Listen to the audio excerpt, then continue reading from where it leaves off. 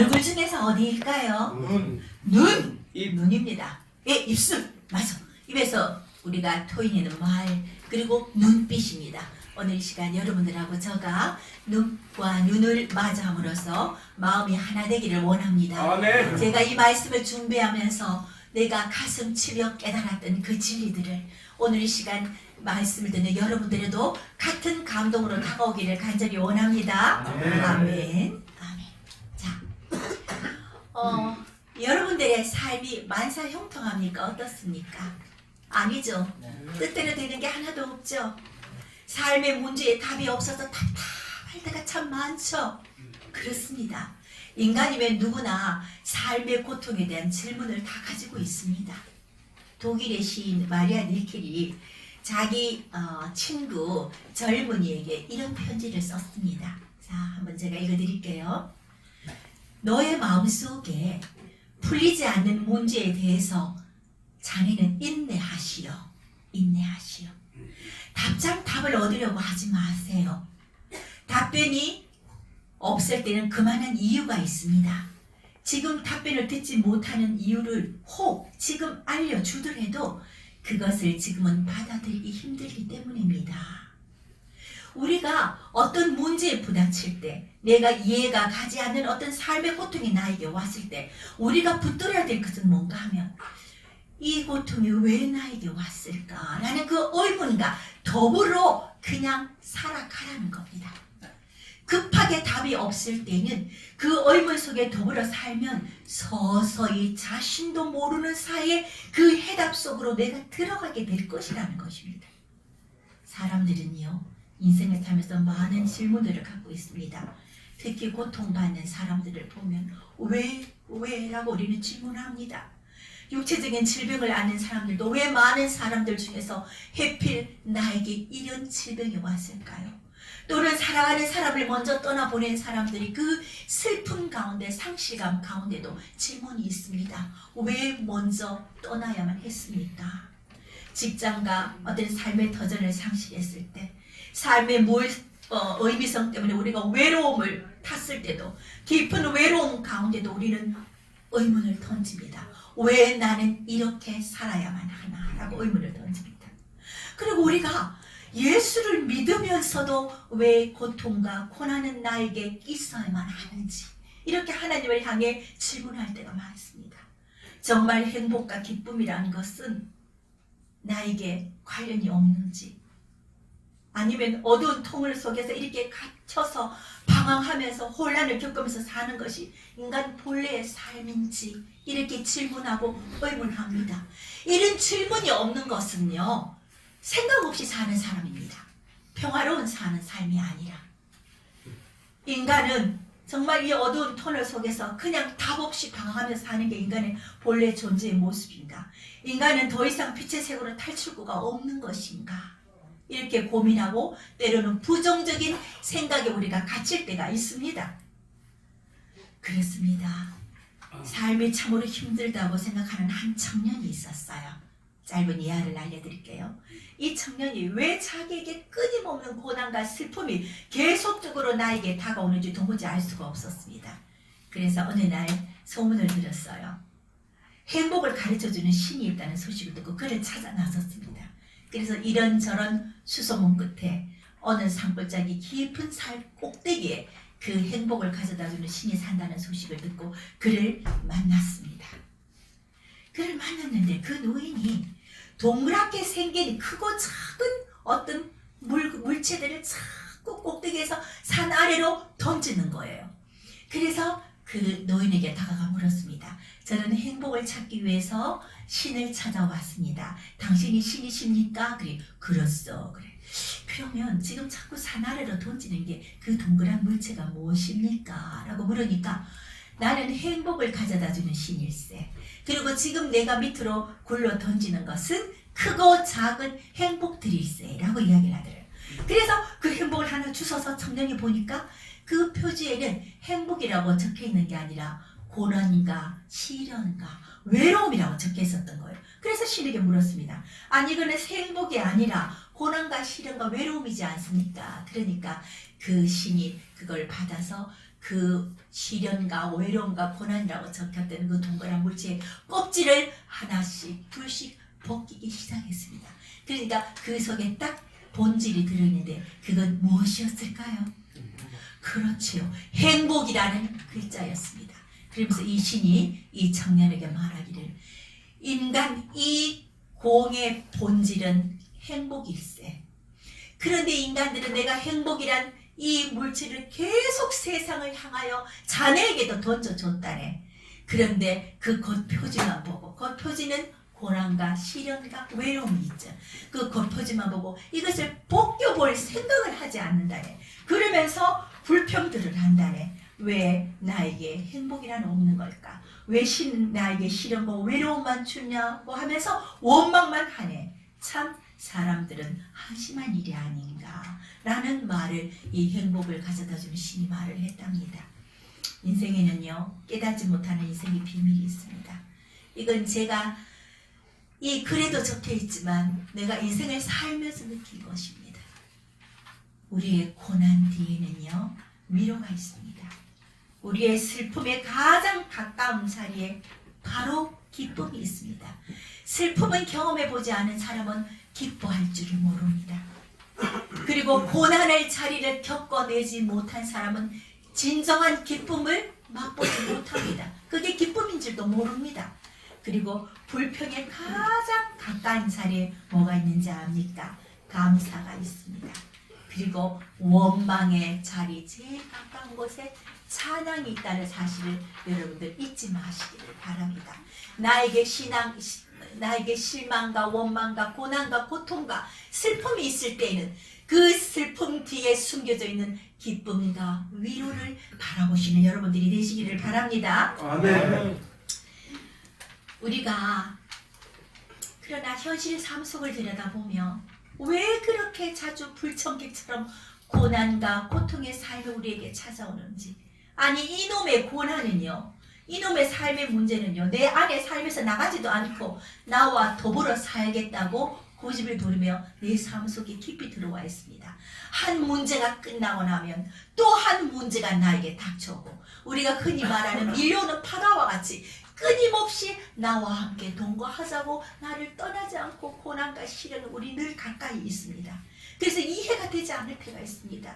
그 고통으로, 끊임없는 고통으로 우리는 이 현실을 답답해할 때가 있습니다. 주위를 한번 돌아보십시오. 몸이 아픈 사람, 몸이 아파서 그 고장난 육신의 모든 생각이 꽂혀있는 사람도 있고요. 또 모든 것은 가지고 있으나 마음의 평안이 없어서, 마음이 편하지 않아서 항상 고민 가운데, 얼굴을 찡그린 가운데 어려움을 겪는 사람이 있고요. 또 모든 것을 다 가진 것 같이 보이는데 늘 술을 마시면서 나는 외롭다고 부르짖는 사람이 있습니다. 그럼 어떤 이는 보면 저렇게 착하고 선하게 사는데 왜 저 사람이 저런 신을 아픔을 겪어야 하는지 라고 우리는 하나님 앞에 질문할 때가 많습니다. 주위에 많은 사람들을 보십시오. 다 그러한 문제를 갖고 있잖아요. 주위에 많은 사람들 뿐만 아니라 내 삶도 한번 들어가 보십시오. 이 고통에서 제외될 수는 없습니다. 그런데요, 여러분, 우리가 겪는 고통과 아픔은 삶보다 비교가 되지 않을 정도의 가장 강렬한 고난과 고통을 겪으신 분이 있습니다. 그분은 몸으로도 온 고통을 다 담당하셨고 머리에서 발끝까지 온 몸과 마음과 영혼 전체가 참혹한 고통을 겪으신 분이 있습니다. 그가 누구입니까? 예수 그리스도입니다. 그는 십자가에 달려서 이렇게 외쳤습니다. 나의 하나님, 나의 하나님. 그 하나님이 누구였습니까? 아버지지 않습니까? 나의 하나님, 나의 하나님, 어찌하여 나를 버리셨나이까? 이거는 극도의 외로움입니다. 이 부르짖음은 인류 역사상의 가장 참혹한 부르짖음입니다. 예수님은 외롭게 홀로 부르짖었어요. 가장 비참한 십자가 위에 달려서 죽으셨습니다. 하나님은요, 이런 예수님의 고통스러운 삶의 모습을 이사야서 예언서에 이렇게 기록되어 있습니다. 여호와의 종도 외로움의 상처를 받으셨다. 여호와의 종은 예수를 가리키는 겁니다. 여호와의 종도 예수 그리스도도 외로움의 상처도, 그는 인간 중에 그 어떤 인간보다도 홀로 겪어야 된 외로움의 상처의 자리에서 고독하게 십자가 위에서 가셨다. 이렇게 이사야서에 기록되어 있습니다. 예수님의 모습은 상처투성이었습니다. 그는 조롱과 고난을 받은 사람입니다. 그 어느 누구도 관심을 갖지 않은 바로 버려진 존재였다는 것입니다. 당시 아무도 그에게 관심이 없었어요. 모든 사람들은 관심을 기울이지 않았어요. 그런데요, 놀라웠게도 단 한 분 그에게 온 마음이 다 계셨고 온 마음이 그에게 다가서 그에게 관심을 쏟은 분 한 분이 계시는데, 그가 누군가 하면 예수 그리스도가 애타게 불렀던 바로 하나님 아버지였습니다. 바로 하나님 그 아버지였습니다. 사람들의 관심은 떠났지만 하나님은 그 십자가에 온 마음의 관심이 가 있었습니다. 예수 그리스도의 강하는 고통은 외로움의 상처였어요. 홀로 그 고통을 겪어내야 되는 외로움의 상처였습니다. 주의 대적자들에게 여호와의 종이 모욕당하는 그 말씀이 어떻게 기록이 되어 있느냐 하면, 지금 본문에서 방금 전에 여러분이 읽으셨죠? 이렇게 기록이 되어 있습니다. 나를 때리는 자들에게 내 등을 맡기며 나의 수염을 뽑는 자들에게 내 뺨을 맡기며 모욕과 침뱉음을 당하여도 나는 내 얼굴을 그들로부터 가리지 아니하며 아멘. 내 모든 것을 다 내어준다. 내 등을 때리는 채찍에게 내 등을 맡기고 나에게 침뱉고 모욕하고 조롱하는 자에게 그냥 내 얼굴을 내어주고, 정말 내 수염을 뽑는 자들에게 내 그냥 뺨을 그대로 내어주었도다. 이게 예수님의 고난과 고통과 조롱과 멸시의 바로 그 모습입니다. 예수님은요, 언어의 조롱을 받으셨고 육체의 고문과 인격적인 모독을 당하셨습니다. 남자에게 있어서 수염은 뭐지요? 자존심과 인격입니다. 그 수염을 그 대적자들이 다 뽑았습니다. 그리고 여호와의 종에게 침도 뱉었습니다. 아무것도 예수 그리스도는 할 수 없었습니다. 그가 오직 선택한 것은 무엇이냐? 침묵하고 당하고만 있었는 것이 예수 그리스도가 십자가 위에서 행하신 선택이었습니다. 그는 어느 누구에게도 위로받을 수가 없었습니다. 모든 게 무너지고 모든 게 떠나고 모든 게 위기고 절망이고 모든 게 파괴였습니다. 사람들은요, 인간으로서 여러 가지 상처가 있지만요, 가장 아프고 고통스러운 건 뭐냐 하면 외로움입니다. 동의하지 않습니까? 고통 중에 가장 견디기 어려운 고통이 외로움이라는 겁니다. 고독이라는 겁니다. 인생에 많은 어려움이 있지만 가장 근본적인 이 외로움이 가장 견디기가 힘듭니다. 여러분들 술을 왜 마십니까? 왜 알코올 중독이 됩니까? 처음부터 술이 맛있어서 만났을까요? 아닙니다. 이 외로움이라는 것으로부터 도망치기 위하여, 그 외로움이 내가 스물스물 들어오기 전에 피하고 싶어서 선택하는 게 바로 술이라는 것입니다. 여러분들이 왜 대구역에 2233으로 왜 그렇게 모여서 대구역에 모여서 웅성거리고 있는지 계십니까? 내 자신을 버리기 위해서입니다. 여러 군중들 속에서 내가 있으면 나 자신을 그냥 잃어버리고 싶어서 내 자신을 찾는 게 아닌가. 내 자신은 나 홀로 있을 때 나를 찾습니다. 내가 왜 군중 속에 외로울 때 군중 속으로 찾아드는지 압니까? 나를 망각하고 싶어서 찾아드는 게 군중입니다. 이 외로움이라는 것은 우리가 고통 속에서 가장 견디기 힘든 이 질병이 외로움이라는 것입니다. 이 외로움이라는 것이 우리 마음속에 들어오면 우리에게 어떤 증상이 일어나느냐 하면, 내 인생이 이제는 마지막이구나라는 생각이 듭니다. 그래서 나를 마음껏 내버려 버립니다.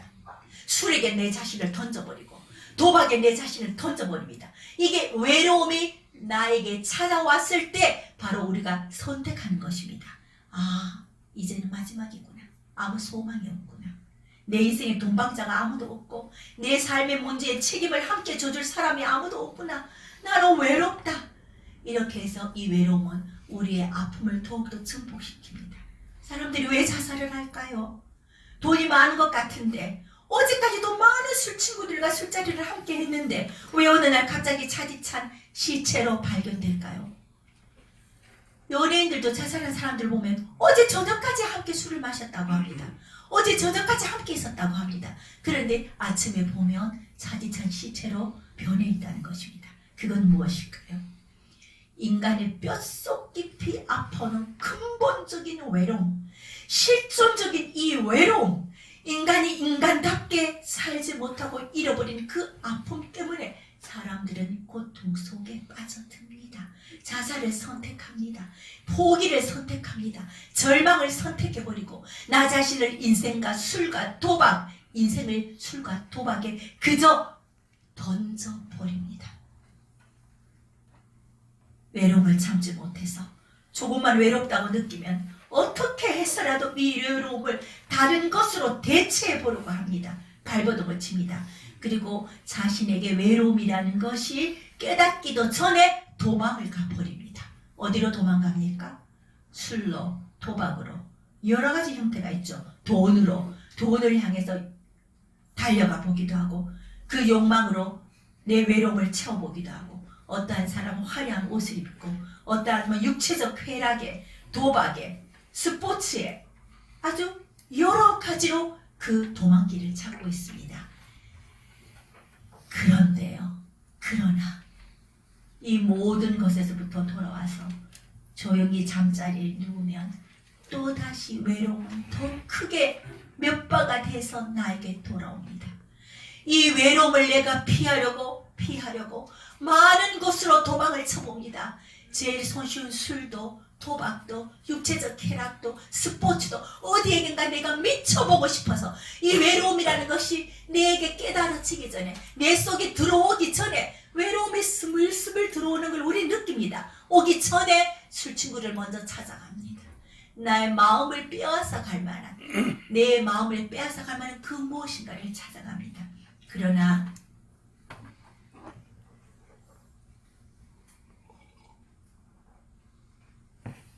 인간은 홀로입니다. 언젠가는 인간은 항상 혼자입니다. 돌아오면 그 외로움은 몇 배로 더 커지죠. 여호와의 종 예수에게도 외로움이 있었어요. 아무도 알아주지 않았어요. 적제자들로만 가득 치고 제자들도, 친구들도, 가족들도 모두 자기를 버리고 떠나고 말았습니다. 그런데 예수님은 그때 깨달았습니다. 무엇을 깨달았을까요? 어느 누구도 인생의 진정한 동반자는 있을 수 없다는 사실. 그 어떤 진정한 동반자도 있을 수 없다는 사실입니다. 그러면서 그가 깨달은 것은, 예수님이 깨달은 것은, 선택한 것은 무엇이냐?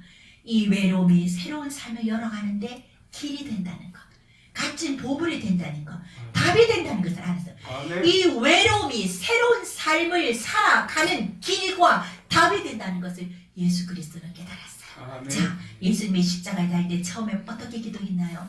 나의 아버지여, 나의 하나님이여, 왜 나를 버리셨나이까? 라고 극도의 처절한 외로움을 하나님 앞에 고백했습니다. 그러나 그가 마침내는 어떻게 고백했습니까?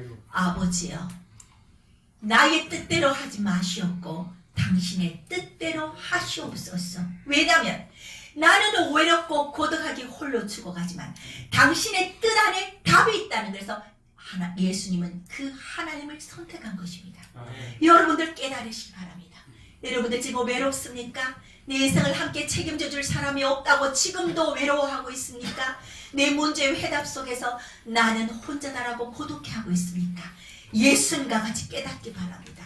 그 외로움 속에 하나님이라는 답이 있다는 사실, 내 뜻대로 마옵시고 내 문제 가운데 나는 해결할 수 없지만 하나님, 당신을 내 문제에 초청하면 당신이 답이 됩니다. 내 뜻대로 마옵시고 당신의 뜻대로 내 삶을 인도해 가시 주십시오 라고 기도할 때 모든 문제에서 답을 얻을 수 있다는 것입니다. 아멘. 아멘. 아멘. 내 속엔 답이 없습니다. 우리 가운데는 답이 없습니다. 우리는 문제투성이의 삶 속에 살아갈 수밖에 없습니다. 이때 예수님과 같이 내 뜻대로 마옵시고 당신의 뜻대로 하시옵소서 하고 하나님을 여러분들의 삶의 중심의 주인으로 모셔드릴 때 여러분의 그 어찌할 수 없는 술이 아니면 버티지 못하는 내 외로움, 타인에 의지하는 그 모든 것들로부터 자유할 수 있는 답을 얻을 수 있다는 것입니다. 아멘. 십자가에 순환당하신 고통받으신 예수님은요, 고난당한 사람들을 찾아오십니다. 고난과 고독의 길을 가신 예수님은요, 우리 인간이 고난과 고통 가운데 있을 줄을 아시고 예수님은 몸소 우리가 겪으실 그 고난과 그 순환을 몸소 체휼하셨습니다. 경험하셨습니다. 그리고 그 고난 가운데 있는 우리를 안아주십니다. 더 정확한 말로는 공감을 하셨다는 뜻입니다. 내가 외로워 보지 않고는 외로운 사람을 위로하지 못합니다. 내가 아파 보지 않은 사람은 절대 아픈 사람, 내가 자식을 잃어보지 않은 사람은 자식을 잃어보니 먼저 자식의 죽음을 보고 고통 가운데 있는 사람들을 진정으로 공감하며 그와 함께 눈물을 흘릴 수가 없습니다. 우리가 아파하고 외로워할 때, 지쳤을 때 예수님은 우리를 찾아서 우리를 위로하십니다. 우리는 그 위로는 온전하신 위로입니다. 왜? 그분이 그것을 경험하신 분이기 때문입니다. 그것도 왜 경험하셨을까요? 나를 위로하기 위해서 경험했다는 겁니다. 나와 공감하기 위해서 신이신 그가, 하나님의 아들이신 그가 육체를 갖고 내려와서 왜 그러한 고난과 고통을 체휼하셨을까요? 몸소 나를 위로하려고, 나의 고통을 공감하시려고, 나와 함께 울어주시려고, 나와 함께 울어주시려고 그것을 경험했다는 것입니다. 여러분들, 그러면서 주님은 우리에게 말합니다. 이렇게 여러분들에게 말합니다. 얘야, 나는 너의 친구란다. 나도 너의 고난에 동참하고 있단다. 내가 너 곁에서 지금도 같이 울면서 지켜보고 있단다. 너를 하나님의 아들로, 하나님의 딸로 내가 세우기를 원한단다. 이렇게 말씀하십니다. 이 말씀을 여러분들이 정말 심령 속으로 듣는다면 그 순간에 여러분들의 죄는 용서받습니다. 여러분들의 삶의 어떤 문제도 주님과 더불어 해결을 받습니다. 우리가 외로운 존재지만 이 음성이 여러분들 귀에 듣긴다면 주님과 더불어 나의 고통과 외로움을 이겨나갈 수 있는 용기 그리고 능력이 생깁니다. 얻습니다. 그리고 이 외로움이, 이 고통이, 이 고난이 내 인생의 하나님의 축복이라는 사실을 여러분들이 이렇게 깊이 깨달을 때가 왔으면 좋겠습니다. 아멘. 아멘. 자, 아멘. 다시 한번 허리를 펴보세요. 예. 예. 다시 한번 허리를 펴고 우리 후반전 우리 정신 바짝 차려서 말씀을 듣기 바랍니다. 근데 예수님이 아까 이야기했듯이 예수님이 왜 고난을 받으셨을까요? 그는요, 고통을 받는 사람들을 위로해 주시기 위해서 직접 고통을 받으셨습니다. 인간은요, 예수님도요, 자신의 고통을 이해할 때 남의 아픔을 위로할 수 있고, 외로움을 아는 사람이 남의 외로움을 이해할 수 있고, 어둠 속에 있어 본 사람이 길을 잃은 사람에게 사람을 빛의 세계로 인도할 수 있기 때문입니다. 우리가 약점, 우리의 아픔, 우리의 연약함이요, 하나님하고 함께 있을 때는요, 그게 강점이 일어납니다. 왜? 내가 연약해서 할 수 없을 때 누가 합니까? 하나님이 하시기 때문에. 나보다 더 온전하신 하나님이 하시기 때문에. 이 세상에 인간 중에 온전한 인간이 어디 있어요? 온전한 문제 해결이 어디 있어요? 한 문제가 해결됐다 싶으면 또 한 문제가 나오는데요. 그러나 내가 나의 연약함이, 약함이요, 하나님의 손에 딱 붙들리면 그게 강함이 됩니다. 아멘. 믿으십니까? 아멘. 아멘 됩니다. 치유가 일어납니다. 새로워집니다. 회복이 됩니다. 결국은요, 하나님으로부터 사랑받은 사람만이 이웃을 사랑할 수 있어요. 그래서 세겜이 뭔지 아십니까? 내가 너를 사랑한 것 같이. 하나님의 사랑을 경험한 사람. 내가 너를 사랑한다는 것을 깨달은 사람만이 내 이웃을 사랑할 수 있어요. 내 이웃을 사랑할 수 있어요. 그렇지 않고는 사랑하는 흉내만 냅니다. 사랑하는 흉내는 낼 수 있어요. 조금 배운 사람들 어깨를 치켜올리면서 뭐 꼭 예수 믿는 장로님들 가운데 그런 사람들도 많고 목사님 가운데도 많잖아요. 왜? 머리로 하나님은 사랑이라는 걸 너무 잘 알고 있어서 아주 그냥 사랑하는 흉내는 냅니다. 그러나 조그마한 사건만 흔들어 버리면 바로 바닥에 일어나는 것이 우리 인간입니다. 여러분들이 하나님의 사랑을 깊이 깨달으면 깨달을수록 다른 사람을 이해하고 사랑할 수 있는 멋있는 그리스도인이 된다는 것입니다. 아멘. 사람이 돈입니다. 사람이 권력입니다. 국회의원들도 대통령도 뭐를 얻으려고 발버둥을 칩니까? 사람을 얻으려고 발버둥 치잖아요. 표 얻으려고. 여러분들 하나님의 사랑을 깊이 깨닫고 하나님의 사랑을 아는 것에 시간을 투자하시고 마음을 투자하시기 바랍니다. 아멘. 아멘. 아멘. 그렇습니다. 사랑하는 성도 여러분, 예수님께서 십자가에 달리셔서 우리의 연약함, 우리의 죄악, 우리의 외로움을 다 감당하셨습니다. 다 감당하셨다고요. 우리의 고통과 외로움과 고민과 문제를 십자가에서 다 감당하셨습니다. 이 사실을 믿으시기 바랍니다. 아멘. 그러므로 우리는 죄를 용서받은 존재입니다. 그리고 사랑받은 존재입니다. 하나님과 우리가 원수가 되었습니다. 선악과 사건 이후로 원수가 되었을 때에 예수 그리스도가 십자가에 죽으심으로 말미암아 우리는 다시 하나님의 자녀로 회복이 되었습니다. 자, 부모와 자식 간의 관계는 어떤 관계입니까? 사랑하는 관계잖아요. 그래서 여러분들이 예수님의 십자가의 사건을 여러분들이 받아들이고 취하기만 하면 하나님과 나는 어떤 관계가 됩니까? 부모 자식 간의 관계, 즉 다시 말하면 사랑하는 관계.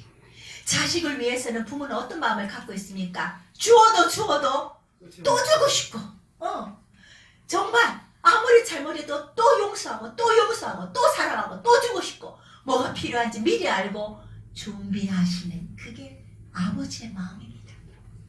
여러분은 이미 예수 그리스도로 말미암아서 용서와 사랑을 다 받은 존재입니다. 그러므로 하나님의 사랑을 받았으므로 우리는 이제 받은 것으로 끝내는 인생이 되서는 안 됩니다. 고통의 자리에서 해방되고 자유하고 십자가의 은혜와 하나님의 사랑으로 내가 행복한 삶을 누린다는 것으로 끝나는 삶이 되어서는 반쪽짜리 그리스도인밖에 되지 않는다. 우리는 무엇에까지 이르러야 됩니까? 하나님의 죄의 용서와 하나님의 부모의 그 무조건적인 사랑을 우리가 받았으므로 이제는 다른 사람에게 그 사랑을 전하는 축복의 통로까지 나가야 된다는 것입니다. 아멘. 아멘. 이게 뭡니까? 그리스도인의 복입니다. 이게 아브라함의 축복입니다.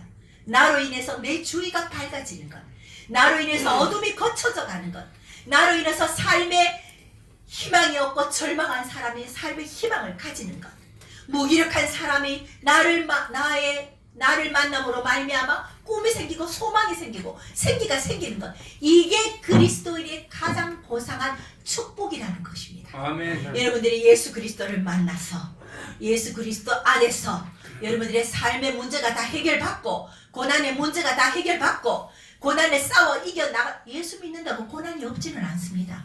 파도는 계속 몰려옵니다. 시련도 있습니다. 그러나 예수 그리스도와 함께하면 어떤 역사가 기적이 일어나냐면 그 어떤 고난도 그 어떤 시련도 그 어떤 외로움도 그 어떤 아픔도 이겨나갈 수 있는 용기와 힘이 생긴다는 것입니다. 아멘. 아멘. 아멘. 그러면서 우리는 영적 근력이 더 커지는 거예요. 더 강한 사람이 된다는 겁니다. 이제는 어떤 문제가 닥쳐와도 담대하게 예수 그리스도와 함께 해결할 수 있는 능력과 그런 용기의 사람이 된다는 것입니다. 아멘. 아멘. 아멘. 우리가 하나님 앞에서 외로움이 크면 클수록 다른 사람의 외로움을 따뜻하게 도와줄 수 있어요. 우리에게 감당할 수 없는 죄책감의 고통을 받으면 받을수록 예수님과 함께 다른 사람의 죄책감, 연약함을 은혜로 회복시켜 줄 수 있는 사람이 될 수 있답니다. 우리가 예수님의 고난을 우리가 직접 경험하면 우리가 남의 연약함을 도와줄 수 있는 사람이 된다는 것입니다. 그리고 우리의 그 연약함과 우리의 그 고통이 다른 사람을 위로하는 축복의 도구, 무기가 될 수 있다는 것입니다. 아멘. 여러분들 마지막으로 부탁합니다. 고난과 어려움 때문에 하나님으로부터 도망하지 마셔요. 자, 우리 다 같이 함께 한번 외쳐볼까요? 고난과 어려움 때문에, 고난과 어려움 때문에, 고난과 외로움 때문에 고난과 외로움 때문에 하나님으로부터 도망가지 말고 도망가지 말고 오히려 그것 때문에 그것 때문에 더 하나님 앞에 머리 숙여 더 하나님 앞에 머리 숙여 말씀을 받으며 받으며 순종하며 순종하며 새로운 인생을 새로운 인생을 그려나가는 사람이 됩시다. 아멘. 아멘. 기도하겠습니다. 하나님 아버지, 참으로 놀라운 말씀을 들었습니다. 우리는 하나님 아버지가 아니면 문제 속에서, 고통 속에서, 외로움 속에서 그저 그 수렁에 나돌기며 그 수렁에